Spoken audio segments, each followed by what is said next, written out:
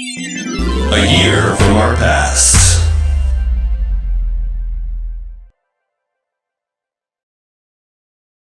In a year from our past, we'll be doing a brief history look back at the first year of each decade and what we remember from those years. So Scott will be looking at 1980, and I'll be covering 1990. So we'll start off with movies, and I'll get it started with 1980. So some popular movie releases in 1980 were Caddyshack, Empire Strikes Back, 9 to 5, Airplane, Friday the 13th, The Shining, Blues Brothers, The Fog, and Flash Gordon. And the best picture from 1980 was Ordinary People. And the highest grossing movie from 1980 was The Empire Strikes Back with around $534 million. For movies from the year 1990, we have Home Alone, Dances with Wolves, Edward Scissorhands, Goodfellas, The Hunt for Red October, Ghost, Tremors, Dick Tracy, Flatliners, Gremlins 2, and Problem Child. The movie that walked away with the Academy Award for Best Picture was Dances with Wolves. The biggest box office movie from 1990 was Ghost, with a worldwide gross of $505,702,588. Exactly. You got the exact dollar amount.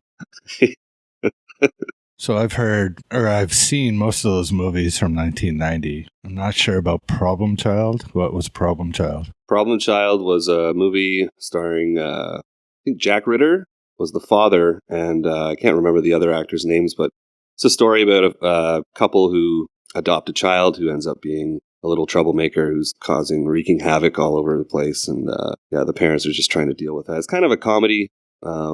I don't think it probably doesn't hold up today, but I might have seen that one, but I'm not sure. I don't really remember it. So that's the guy from Three's Company. Right, Jack Ritter, yeah. The highest grossing movies, it's weird how 1980 Empire Strikes Back made more money than Ghost. Yeah. Plus with inflation, probably even a lot more. Mm-hmm. Dances with Wolves was a decent movie. Ordinary People, I don't remember that one that much, so I can't say which one was better. Okay. I do remember Ghost. Ghost is pretty famous for the pottery scene. Yeah, the scene where they're making the clay pottery and kind of like a romantic thing. Okay. And Dances with Wolves was remade as Avatar, right?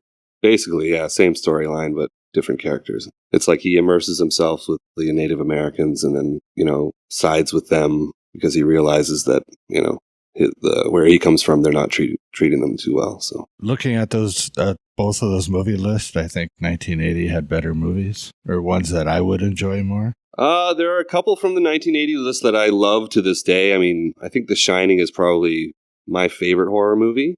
Friday the 13th kind of like, it wasn't like the first slasher, but I think it was, it stood out as a slasher, and I think it kind of... Yeah. I never saw that movie in 1980, obviously, because I was 7 years old. Yeah. But it's a movie that I like in terms of horror. Right. And Flash Gordon was one of my favorite movies, which I didn't see when I was 7, but not too long afterwards, I remember seeing that movie. Yeah.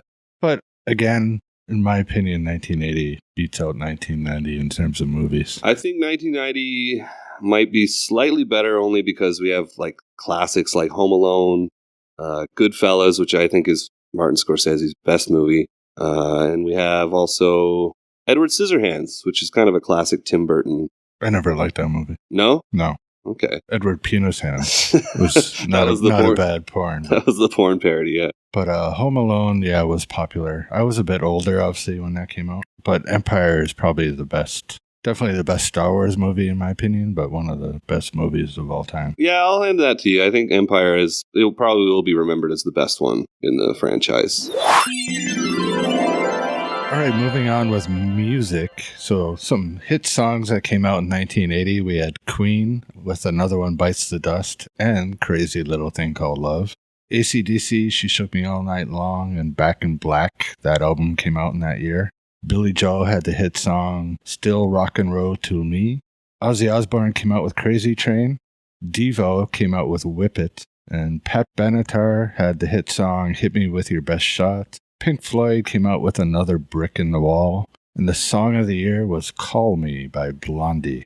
1990s hit music includes MC Hammer, You Can't Touch This, Nothing Compares to You by Sinead O'Connor, Ice Ice Baby by Vanilla Ice, Groove is in the Heart by D-Light, More Than Words by Extreme, Hold On by Wilson Phillips, Poison by Belle Biv DeVoe, and Mama Said Knock You Out by LL Cool J.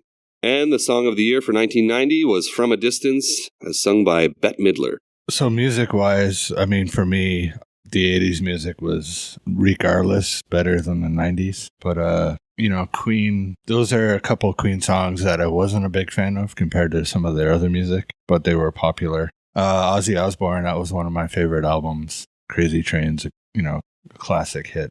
Pink Floyd's Another Brick in the Wall was a pretty popular album, but I'm not a Pink Floyd fan. Mm-hmm. As far as both of the songs of the year, I think Call Me is better than Bette Midler's From a Distance. I think Blondie's song was a lot better. I'm supposed to be defending the 90s here, but looking at this list, I actually do agree with you. I think a lot of the music from 1980 had a bigger impact on me, especially Pink Floyd's The Wall. I loved that album when I was in high school. AC/DC's Back in Black. Yeah, that's a classic album. Ozzy Osbourne's Crazy Train was pretty awesome too, and Devo's Whip It. I mean, from the 1990 list, the only one that I can say I actually kind of like is Groove is in the Heart, and I like singing that if I'm out with friends, having a few drinks. And songs like Ice Ice Baby, I mean, that's just a rip-off from Queen anyway. Right. From Under Pressure, I think it was. Yeah, there's not much here on the 1990 list. I don't think 1990 in particular stands out. I think the most popular song that I can remember is Nothing Compares to You.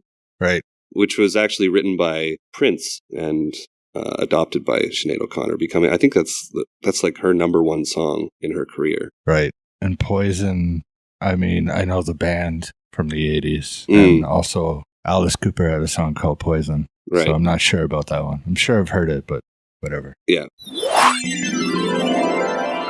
All right, and in 1980s TV news and other events, in TV, millions tuned in to learn who shot the lead character on the TV soap opera Dallas. A popular toy that came out in 1980 was the Rubik's Cube, which is still around today. Some technical breakthroughs from 1980, CNN was launched, the news channel, and Post-it notes were invented. And in some news and events from 1980, Mount St. Helens erupted. John Lennon was shot to death. John Wayne Gacy Jr. was sentenced to death. And Ronald Reagan was elected president. For 1990s TV, we have Twin Peaks debuting with the question, Who Killed Laura Palmer? This was kind of the 1990s equivalent of Who Shot JR. It was the most talked about cliffhanger of this decade. And The Fresh Prince of Bel-Air debuts. Some popular toy releases, the most popular being Teenage Mutant Ninja Turtles action figures. Technical breakthroughs in 1990 include the Hubble Space Telescope being launched, the Human Genome Project begins, and the World Wide Web software is first tested by Tim Berners-Lee. Some big news events of 1990 was quite obviously the Iraqi troops invading Kuwait, setting off the Persian Gulf War, the first Gulf War.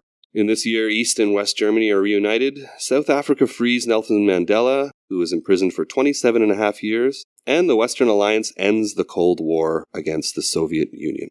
So in 1980, obviously, again, I was 7, so I don't remember too much of anything. But I do remember Mount St. Helens erupting and always seeing that on TV or on the news. Mm-hmm. It's the first time I ever really saw a volcano in general, because we didn't have internet and, access to videos back in those days. Things like John Lennon being shot, I didn't know who he was. I didn't know he was shot. But obviously, when I was older, that was more relevant. John Wayne Gacy, I didn't know who he was at the time. Mm-hmm. But he was a clown, I guess. Clown serial killer. Right. Rubik's Cube, I think I had one of those. And obviously, it was a popular toy, so I knew what that was. And, CNN launching, no idea about news. Yeah. Post-it notes, never used them until I was older. But obviously, like technical breakthroughs, obviously your generation or your decade is hopefully always going to be better than the 80s. I mean, there's a difference between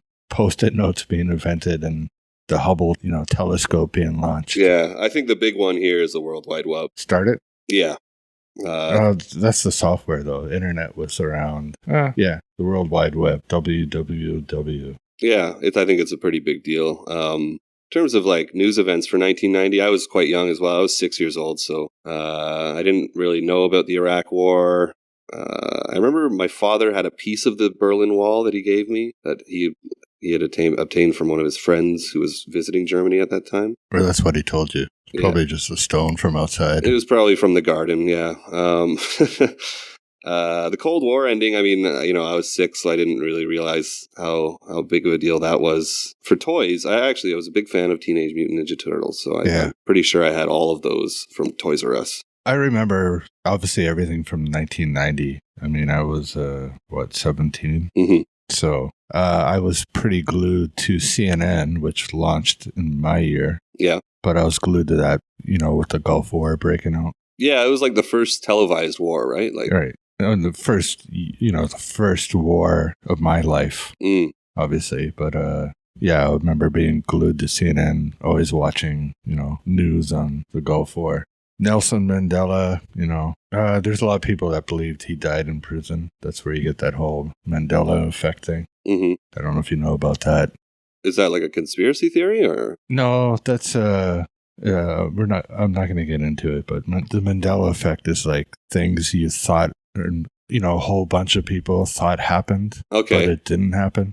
Oh, is it like the Bernstein Bears? Yeah. Yeah. That's a Mandela effect. Yeah, so, okay.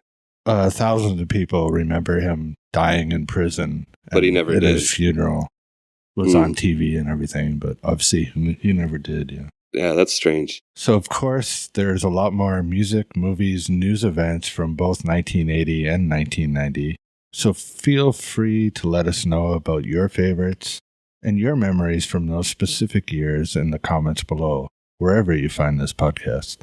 Yeah, we'd love to hear from you regarding those years and get your feedback. Now let's move on to the main topic of this episode. It's time for Battle of the Decade.